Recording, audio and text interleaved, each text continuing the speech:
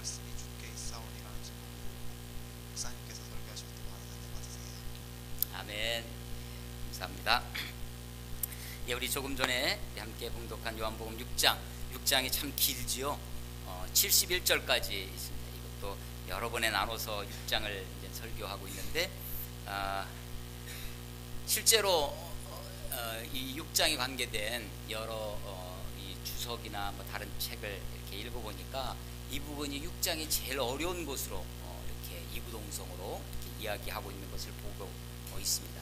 실제로 오늘 60절에 보면 이 말씀이 어렵도다 이렇게 누가 얘기했냐면 제자 중에 한두 명이 얘기하는 것이 아니라 보면 60절에 보면 제자 중에 여럿이 지금 예수님께 일종의 저자직강이거든요. 예수님으로부터 직접 설교를 들었는데 그 설교에 대한 반응이 이 말씀이 어렵도다라는 것입니다. 6장에는 소위 요한복음의 특징인 예수님의 자기 선언, 다른 마태, 마가, 누가에는 없는 요한복음에만 있는 예수님의 자증, 자기 증거, 세븐 아이엠 기억나십니까? 예, 나는 무엇이다. 나는 생명의 떡이다. 나는 세상의 빛이다. 나는 길이요 진리요 생명이니. 나는 뭐 선한 목자라. 7가지가 나오는데 7개가 요한복음에 나옵니다. 물론 이것도 엄격하게 따지면 비유이죠. A는 B이다. 이게 비유법이죠. 은유에 속합니다. 예수님이 떡은 아닌데 예수님이 나는 A는 B다. 나는 생명의 떡이다. 이렇게 비유해 주고 계시죠. 다른 복음서 마태나 누가나 마가복음 같은 경우는 천국은 마치 무엇과 같으니 이렇게 이건 지규법인가요? 뭐뭐처럼 뭐뭐같이 마치 천국은 뭐 겨자씨 하나를 같다.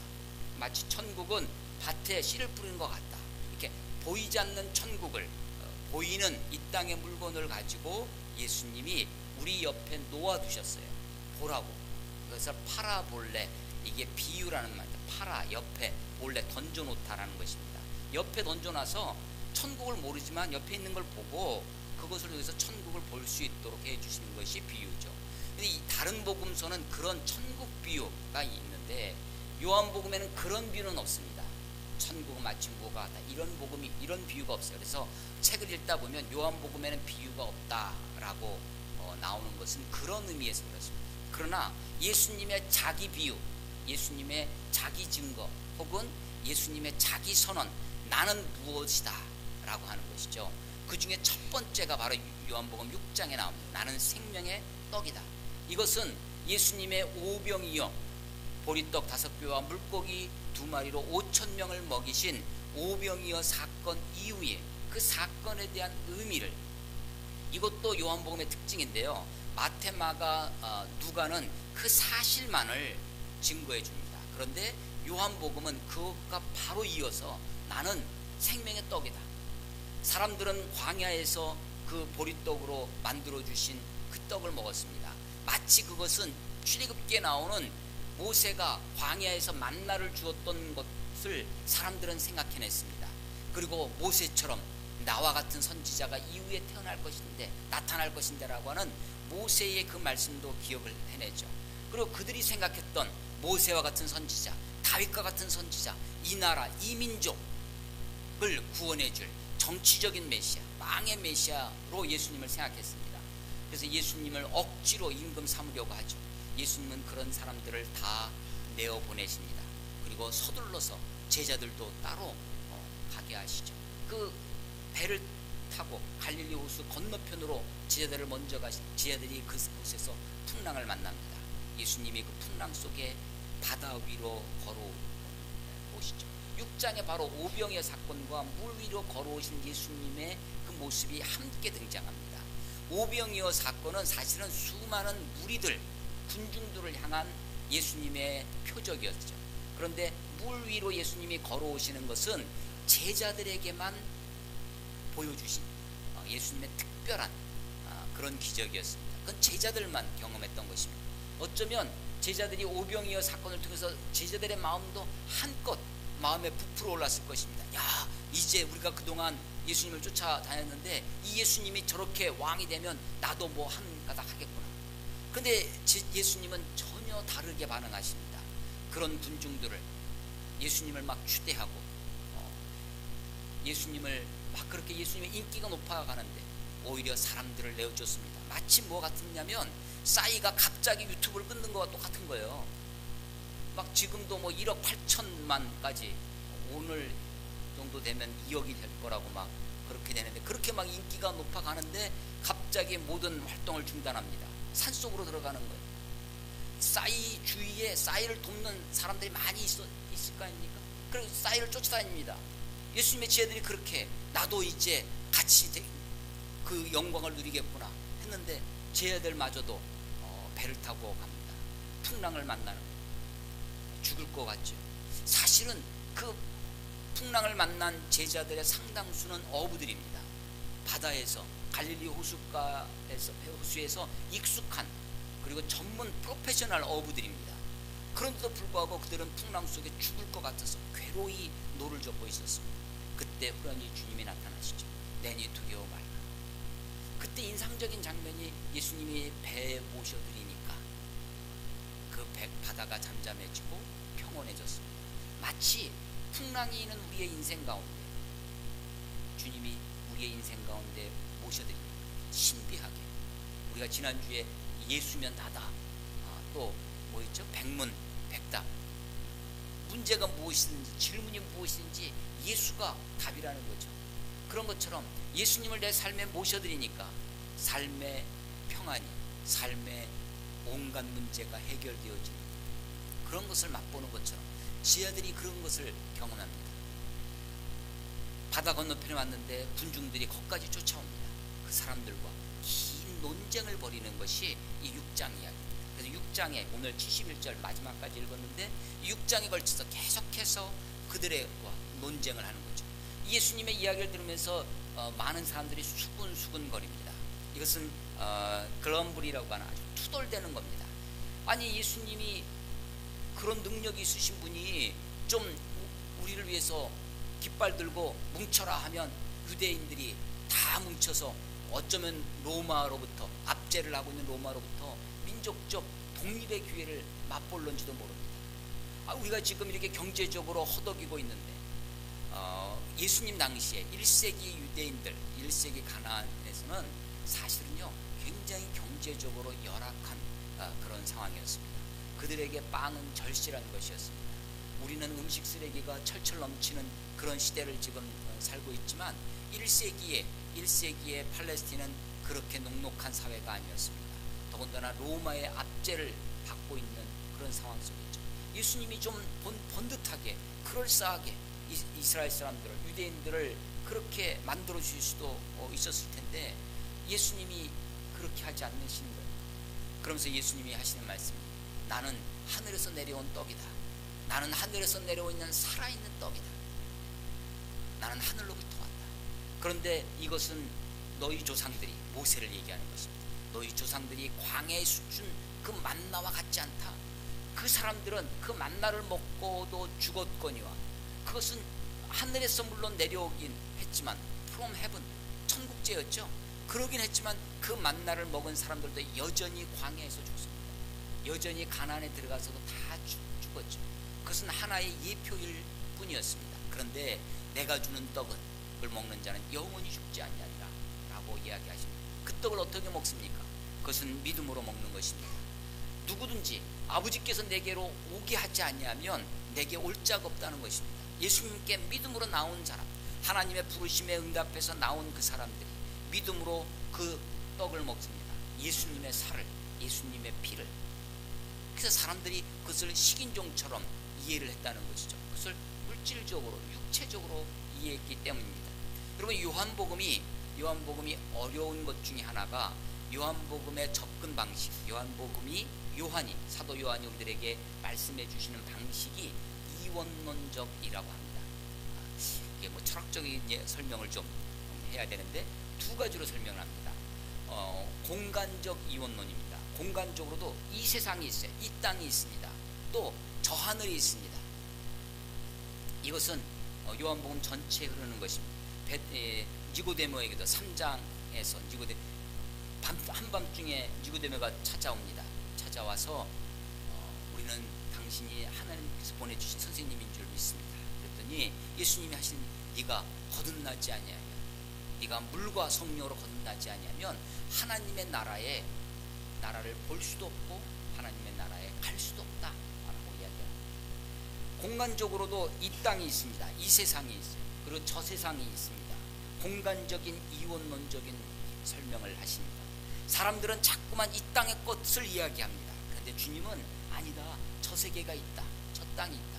시간적으로도 이원론적으로 설명하십니다.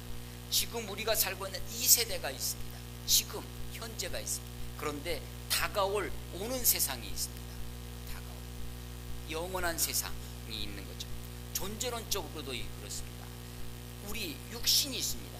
우리 몸. 그런데 영이 있습니다. 오늘도 본문에 보면 63절에 살리는 것은 영이니 육은 무익하니라.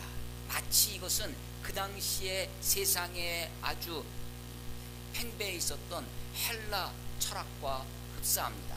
헬라 철학의 특징이 바로 조금 전에 설명드린 이원론입니다. 여러분들이 가장 이 플라톤 이런 사람들이 있죠.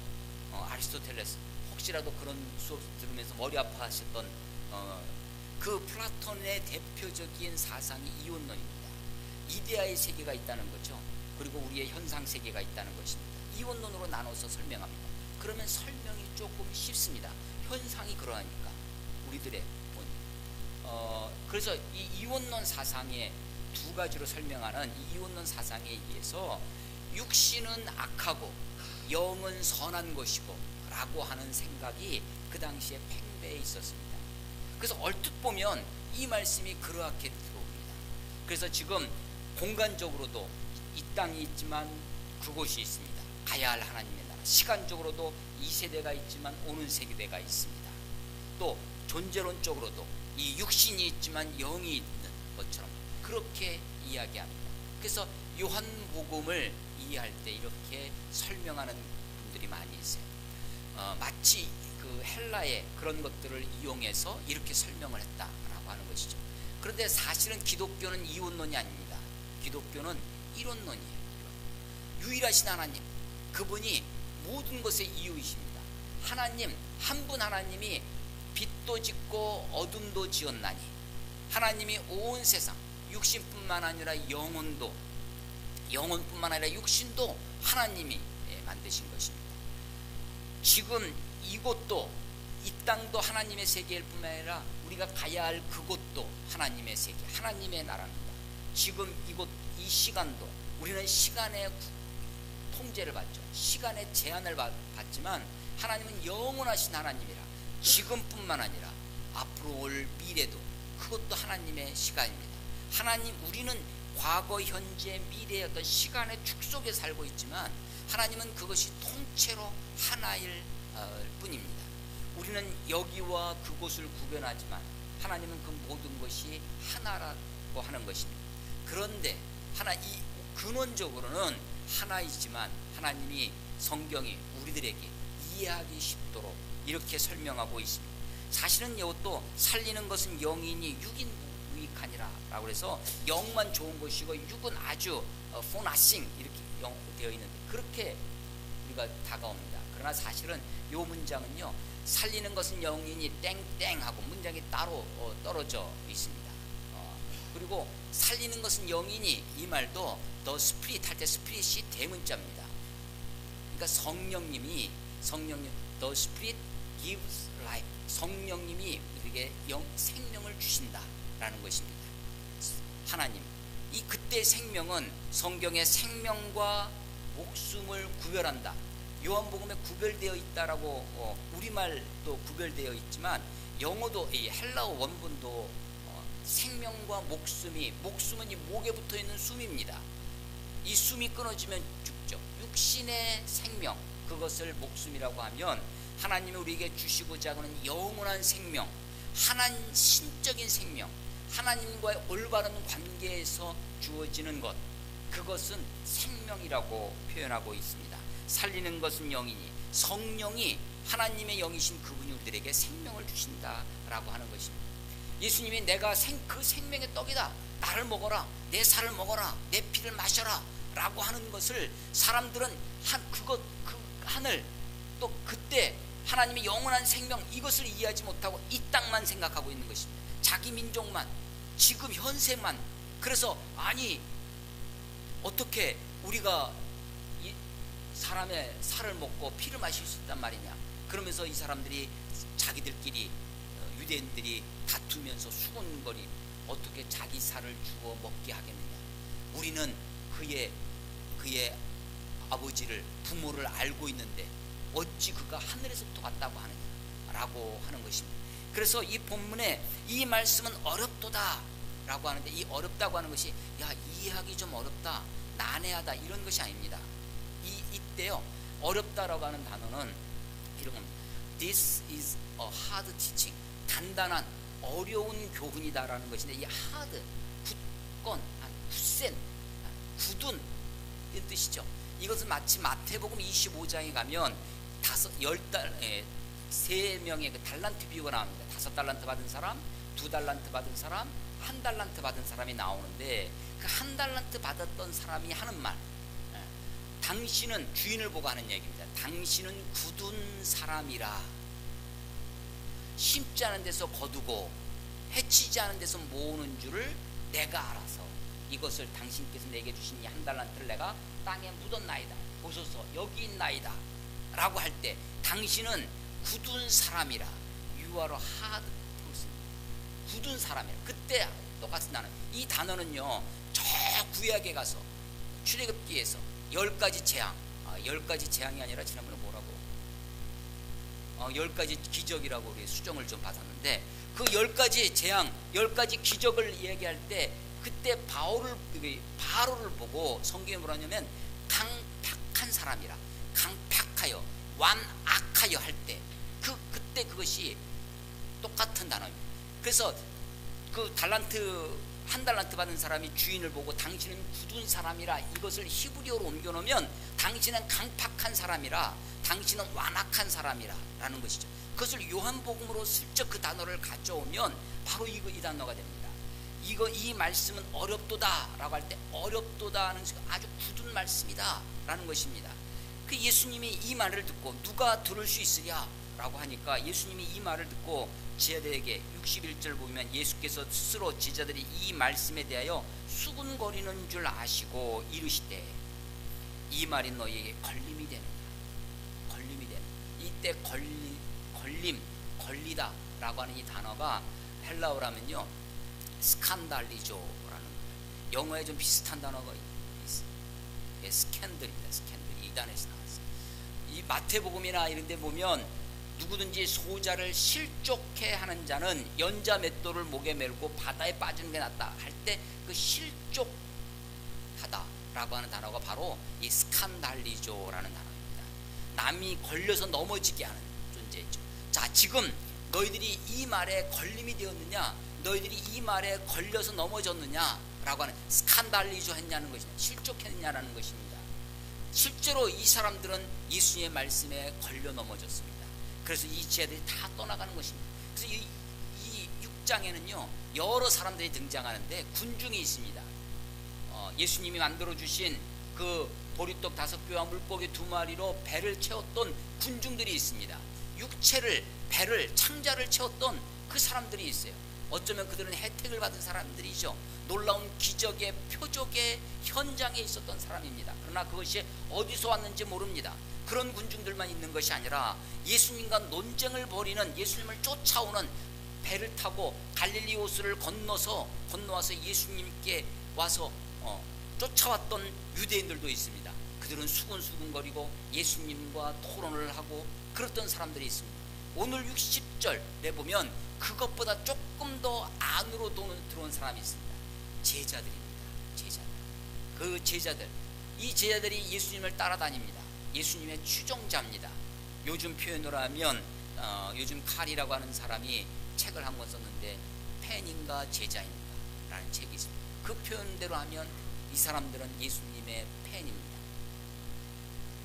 제자라고 표현되어 있지만 그들의 뭔가 필요가 있어서, 뭔가 끌리는 것이 있어서, 뭔가 예수님의 기대치가 있어서, 자기 기대, 자기 생각, 자기 꿈이 있어서 예수님을 쫓아왔을 뿐입니다.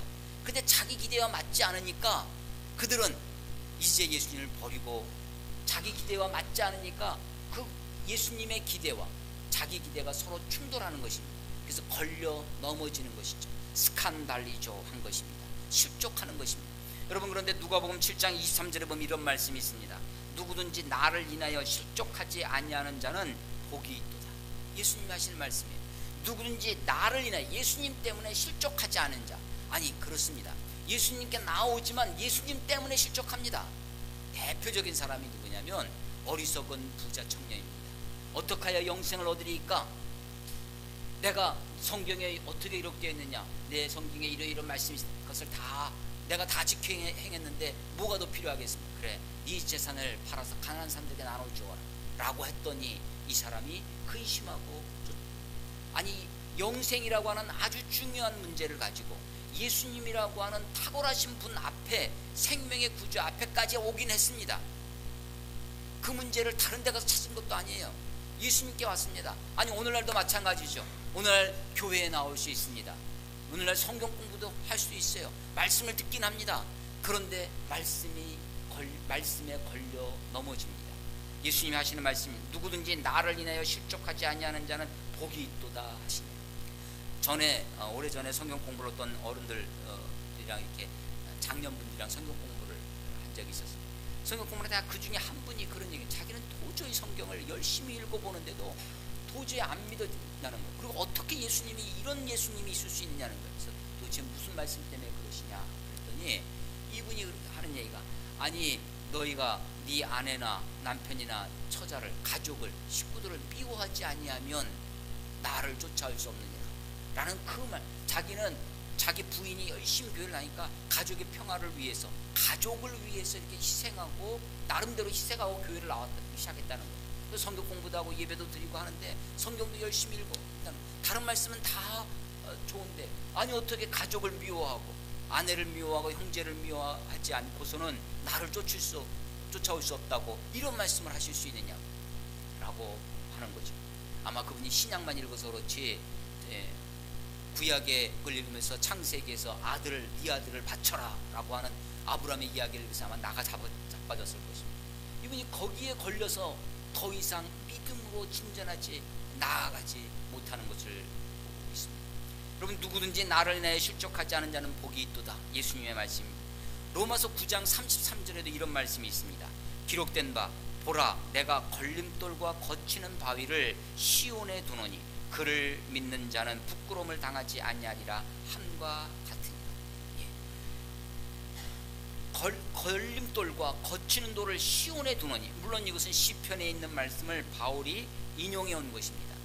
걸림돌과 거치는 돌을, 거치는 바위를 시온에 두노니 그를 믿는 자는, 그 걸리는 돌, 거치는 바위를 믿는 자는 마지막 때에 부끄러움을 당하지 않겠다라고 하는 것입니다. 예수님이 구원의 주님이십니다. 누군지 내게로 오라, 수고하고 무거운 일을 다 내게로 오라고 말씀하십니다. 근데 정작 주님께 나오고도 주님 완전히 그가 믿음으로 구원에까지 이르지 못하는 안타까운 모습을 보게 됩니다. 정말 주님 앞에 나아가는, 진리로, 구원의 생명으로 나아가는 마지막 관문이 있다면 그것은 예수님 십자가입니다. 예수님의 십자가가, 예수님의 죽으심이, 예수님의 우리들에게 요구하시는 이 삶이 우리들에게 걸림이 되지 아니하고 그것이 나에게 믿음으로 아멘 되어지는 것은 정말로 놀라운 축복이라고 생각되어집니다. 예수님의 말씀을 듣고 예수님을 따라다녔던 예수님의 추종자들이 한 명도 아니고 여러 명들, 이 말씀은 어렵다고 얘기합니다. 예수님이 그들에게 이 말이 너희에게 걸림이 되었느냐? 그러면 너희는 인자가 이전에 있던 곳, 하늘입니다. 이전에 있던 곳으로 올라가는 것을 본다면 어떻게 하겠느냐? 살리는 것은 영이니 성령님이 너희에게 생명을 주나니, 이런 뜻입니다. 육은 무익하니라. 내가 너희에게 이른 말은 영이요 생명이니라. 예수님이 우리에게 하신 말씀은 단지 이 육신의 목숨을 이야기하시는 것이 아닙니다. 그들의 영원한 생명을 이야기하는 것입니다. 64절에 그러나 너희 중에 믿지 아니한 자들이 있느니라 하시니, 이는 예수께서 믿지 않은 자들이 누구며 자기를 팔자가 누구인지 처음부터 아시며, 또 이르시되 그러므로 전에 너희에게 말하기를 내 아버지께서 오게 하여 주지 아니하시면 누구든지 내게 올 수 없다 하였노라 하시니라. 이 말씀은 이 6장에서 여러 번 반복되어지는 말씀입니다. 아버지께서 내게 오게 하지 아니하시고, 아버지께서 내게 주사, 하나님이 주셔서, 하나님께서 믿음의 출발이 어디냐? 우리의 믿음의 출발이 내가 믿은 것 같고 내가 선택한 것 같지만 우리의 믿음의 출발이 하나님입니다. 하나님이 부르십니다. 하나님이 우리들을 부르시고 하나님 우리를 오게 하셔야 하는 것입니다. 그 하나님의 오게 하심, 하나님의 부르심에 우리가 믿음으로 반응할 때, 아멘으로 반응할 때 우리에게 구원이 있는 것입니다. 66절 보면 그때부터 그의 제자 중에 많은 사람이 떠나가고 다시 그와 함께 있지 아니하더라. 우리가 장수로는 요한복음 6장이지만 사실은 예수님의 공생의 3년 중에 벌써 2년이 지나갔습니다. 이제 뒷부분이 많겠죠. 7장부터 21장까지 예수님의 공생의 3년 동안 사실은 초점이 어디 있냐면 후반부에 있습니다. 십자가를 지는 일주일이 가장 많은 기록을 하고 있습니다. 마지막 1년이 지금 7장부터 온 많은 분량을 예수님의 사역의 후반부에 십자가에 초점 맞춰 있습니다. 2년 동안 세월이 지났습니다. 2년 동안에 이 제자들이 예수님을 쫓아왔던 많은 사람들이 예수님을 따라갑니다. 이 본문을 6장을 묵상하고 이 6장을 읽으면서 제일 마음에 안타까웠던 것은 67절입니다. 예수께서 12제자에게 이르시되 제자들이 다 떠나갑니다. 그 수많은 군중들, 보리떡 5개와 물고기로 배불렀던 그 무리들, 군중들 뿐만 아니라 예수님을 쫓아서 여기까지 왔던 제자들마저도 다 예수님을 버리고 떠나갑니다. 이제 12명만 남아있어요. 그들을 향해서 너희도 가려느냐, 이 너희도 가려느냐라고 묻고 계실 때 이때 예수님의 눈빛이 어떠했을까? 어떤 눈빛으로 예수님은 제발 가지마 라고 아주 그런 눈빛으로 하셨을까? 아니면 너희도 가려느냐, 체념하듯이 그런 눈빛이었을까? 너희도 가려느냐라고 묻고 계십니다. 이때 베드로가 68절에 주여 영생의 말씀이 주께 있사오니 우리가 누구에게로 가오리까? 베드로는 베드로였습니다. 마태복음 16장에서도 사람들이 나를 누구라 하느냐, 그러면 너희들은 나를 누구라 하느냐라는 예수님의 질문에 베드로가 주는 그리스도시요 살아계신 하나님의 아들이시니라 라고 그렇게 신앙을 고백했던 적이 있습니다. 여기서도 너희도 가려느냐라는 질문 앞에 베드로가 주여 영생의 말씀이 주께 있사오니 우리가 누구에게로 가오리까? 근데 그 뒷부분에 보면 이런 베드로의 고백에 예수님이 칭찬의 말씀이 없습니다. 이어져서 고백합니다. 69절에 보면 우리가 주는 하나님의 거룩하신 자이신 줄 믿고 알았사옵나이다. 주님이 거룩하신 하나님의 거룩하신 자라는 것을 우리가 믿고 알았다고 베드로가 얘기합니다. 믿음으로 아는 것입니다. 이게 신비한 것이죠. 내가 알고 나니까 그런 거구나, 그러고 나서 믿어지는 것이 아닙니다. 믿어지니까, 믿고 나니까 그 다음부터 알아갑니다. 우리가 또 전사님이랑 이렇게 같이 이야기를 하면서 어떤 형제에 대해서 이야기를 하는데 신앙적인 궁금증이 많다는 거죠. 그래서 자꾸만 물어본다는 겁니다. 근데 사실은 그 질문에 답을 준다고 믿어지는 것이 아닙니다. 어느 날 호련히 믿어질 때가 있어요. 믿음이 생깁니다. 근데 믿고 나니까 내가 전에 가졌던 의문들이 호련히 알아지는 거예요. 믿음으로 아는 것입니다. 불합리함으로 나는 믿는다. 테르툴리아누스라는 사람이 하는 얘기입니다. 불합리하기 때문에 믿는다는 거죠. 믿으니까 압니다. 히브리서 11장 3절에 보면 믿음으로 모든 세계가 하나님의 말씀으로 지어진 줄을 우리가 아나니, 이 세계가 어떻게 지어지는지 우리가 어떻게 알겠습니까? 그런데 이것이 믿음으로 안다는 것입니다. 믿음으로 모든 세계가 하나님의 말씀으로 지어진 줄을 우리가 아나니, 믿음으로 아나니, 믿음으로 하는 것입니다. 베드로가 그렇게 고백했습니다. 주여 영생의 말씀이 주께 있사오니 어디로 가오리까? 누구에게로 가오리까? 우리가 주는 하나님의 거룩하신 자인 줄 믿고 알았습니다. 그렇습니다.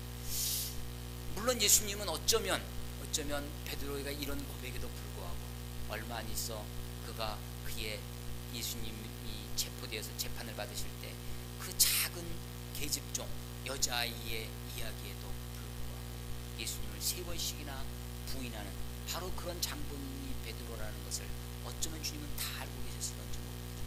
다 떠나갑니다. 다 버리고 갑니다. 그럼에도 불구하고 예수님은 이 순간의 고백이 사실은 베드로의 거짓은 아닙니다.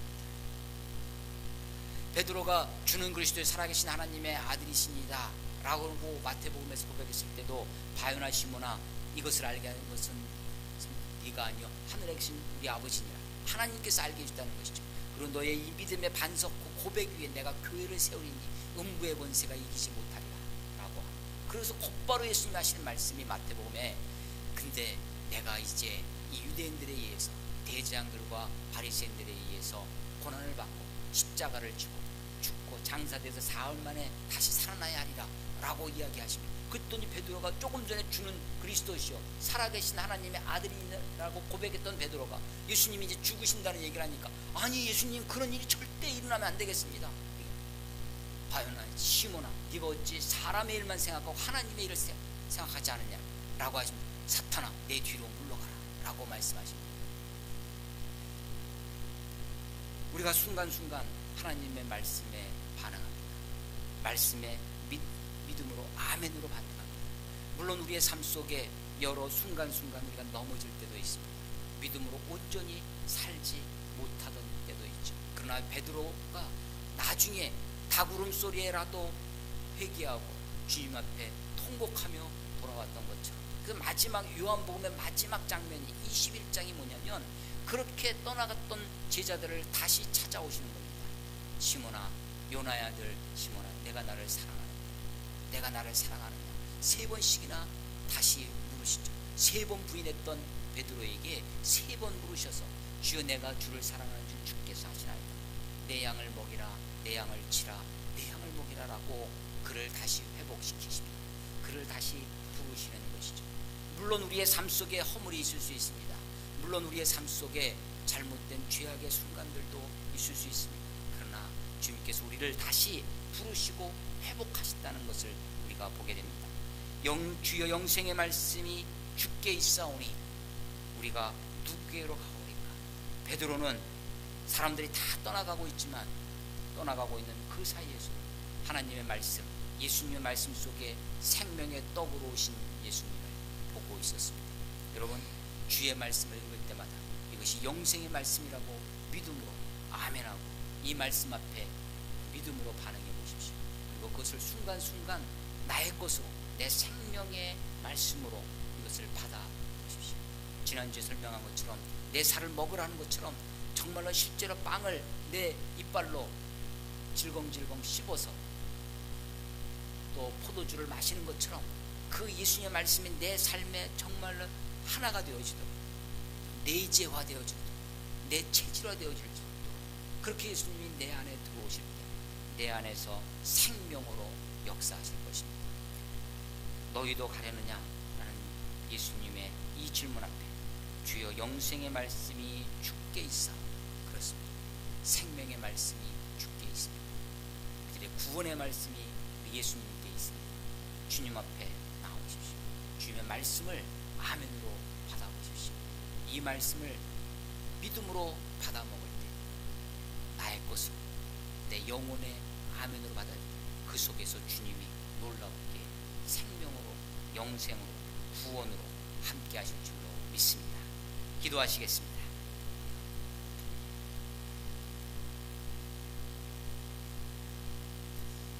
하나님 아버지 주님의 은혜를 감사를 드리며 찬양과 영광을 올려드립니다. 누구든지 주께서 오게 하지 아니하시면 아무라도 주님께 올 수 없다고 말씀하시오. 하나님, 우리가 이 시간에 주 앞에 나왔습니다. 주의 예배의 자리에, 말씀의 자리에, 기도의 자리에, 찬송의 자리에 주님 우리를 불러주시니 감사합니다.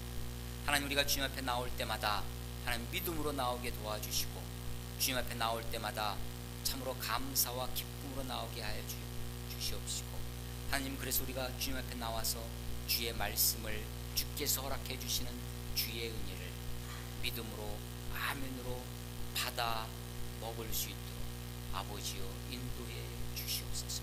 하나님, 우리가 이것을 다 이해했기 때문에 이것을 다 우리가 납득이 되어서가 아니라, 비록 우리의 어리석음이 다 이해하지 못한다 할지라도 주께서 우리에게 주시는 믿음의 선물로 그것을 아멘으로 받게 하여 주시옵소서.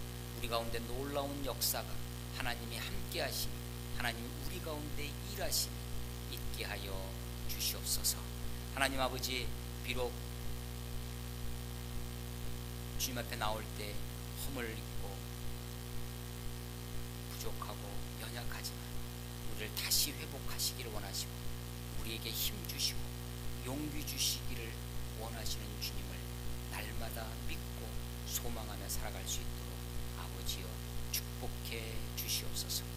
이제는 우리 주 예수 그리스도의 은혜와 그 아들을 우리에게 보내주신 아버지 하나님의 크신 사랑하심과 우리 안에 내주하셔서 감동 감화하시는 성령님의 역사가 주 앞에 나와 믿음으로 고백하며 영생의 말씀을 받기를 소망하는 하나님의 사람들 머리머리 위에, 이 나라와 이 민족, 특별히 율전 지역 위에 지금부터 영원토록 함께 하시기를 간절히 축원하옵나이다.